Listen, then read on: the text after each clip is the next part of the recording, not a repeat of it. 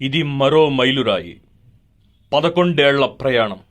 ఒక్కసారి అక్షరాల 11 ఏళ్ల వెనక్కి వెళితే దాదాపుగా 20 నుంచి 30 ఏళ్ల వయసున్న యువకుల సమూహం అది.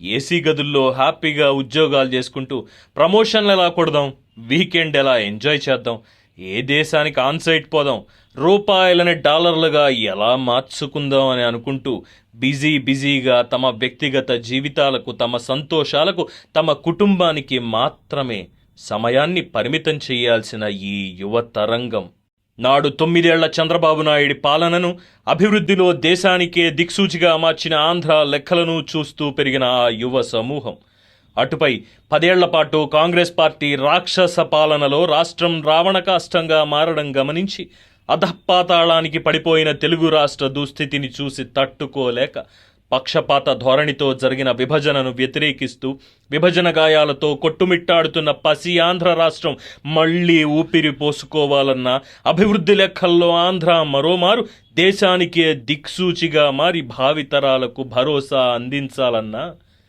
చంద్రబాబు నాయకత్వం చారిత్రక అవసరమని నమ్మి సంకల్పంతో తొలి అడుగు వేసింది. అసలు ఇన్నేళ్ల ఆ ప్రయాణం ఎలా సాగిందో తెలుసా? ఎన్ని మైలురాళ్లను దాటుకుంటూ ఈ స్థానానికి చేరుకుందో తెలుసా? ఈ 11 ఏళ్ల దిగ్విజయ ప్రస్థానంలో ఎన్ని ఆలోచనలు ప్రాణం పోసుకున్నాయో తెలుసా?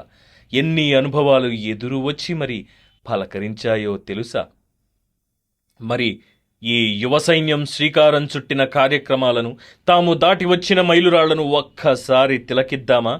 వారి ప్రయాణాన్ని మనస్ఫూర్తిగా ఆస్వాదించి వారి ప్రయత్నాన్ని మనసారా అభినందిద్దామా?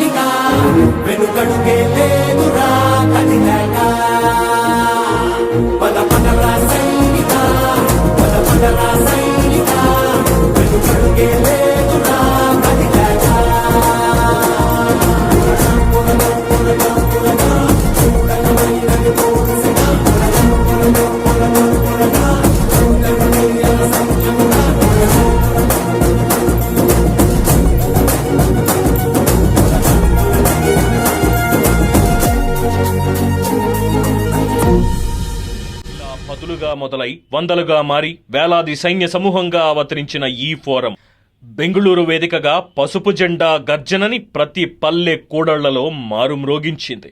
ప్రతి తెలుగింటి లోగిళ్లలో వినిపించేలా కంకణం కట్టుకుంది. నాడు సీతను చెరబట్టిన రావణుని సంహారానికి వానర సైన్యం వారధి కట్టి మరీ బాట వేయగా, నేడు అమ్మలాంటి ఆంధ్రాను చెరబట్టిన అసురుల అంతంకై నాయకుడు చేస్తున్న యుద్ధానికి ఈ పసుపు సైన్యం సమర శంఖమై గర్జించింది.